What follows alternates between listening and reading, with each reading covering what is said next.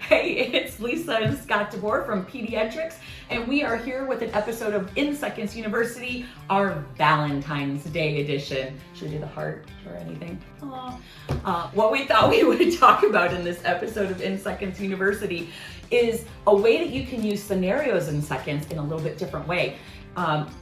You have your educator manual. You are able to actually go into the very beginning, and it's broken down into sections.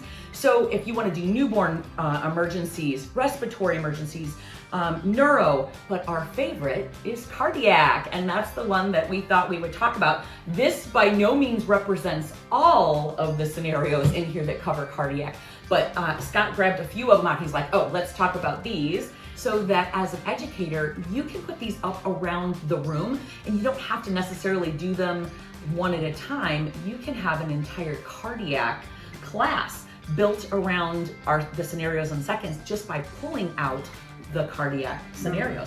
And one of the other nice things that, if you remember, our new 2024 scenarios in seconds will have QR codes on them that my gorgeous husband over here will come up on the screen, and he is going to actually talk about the very specific things related to these emergencies. All right, so tell us about these scenarios. And just as a reminder, if you don't have the ones with the QR codes, if you email Nina at pedi-ed.com, she is going to send you the QR codes that go on your older versions of scenarios in seconds. So that way you're able to get those really quickly for your students.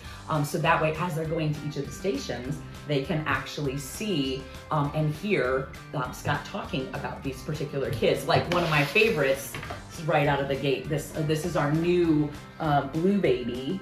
So you got a 3-day-old with a really funky heart defect who is profoundly purple. Not only do you have to figure out dextrose and normal saline, but more importantly, you want to watch people seriously become diaphoretic. One of the questions involves that with this funky heart kid, you have to figure out how the heck do I mix? And even worse, how the heck do I give a prostaglandin drip to a 3-day-old before the team can happily take the baby away? Don't do that one to your EMS people, because, you know, that's just mean. Okay. As we're running with all things cardiac, 7-month-old with a heart rate of like 1 million, he is totally cute despite having a heart rate of 1 million. It says 240. Where are you getting 1 million from? It comes pretty gorgeous. Okay, that's fair. 6-year-old with a known history of SVT. He also has a heart rate of way above 240, i.e. 1 million. And he's lethargic and looking really sick. 7-year-old with a history of funky heart disease, but dare to be different, she's actually in VTAC, but is holding her own otherwise. And now this one is way too big to open because he's a 10-year-old, and so he's really big. So our biggest again goes up to a 10-year-old, and this is a 10-year-old with a known cardiac history who in front of your eyes drops dead. You look up on the monitor and you see VFib.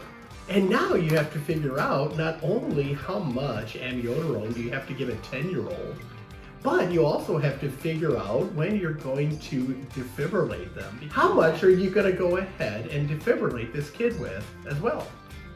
So these are just a few of the cardiac scenarios that are in it, but because, you know, it's Valentine's Day and we just love the heart. So we just thought we would make a special In Seconds University for you. Always reach out if you need anything, and we'll see you on another episode of In Seconds University. Thanks for helping today. All right, let's go on our date. All right, we're going on a date. Happy Valentine's Day.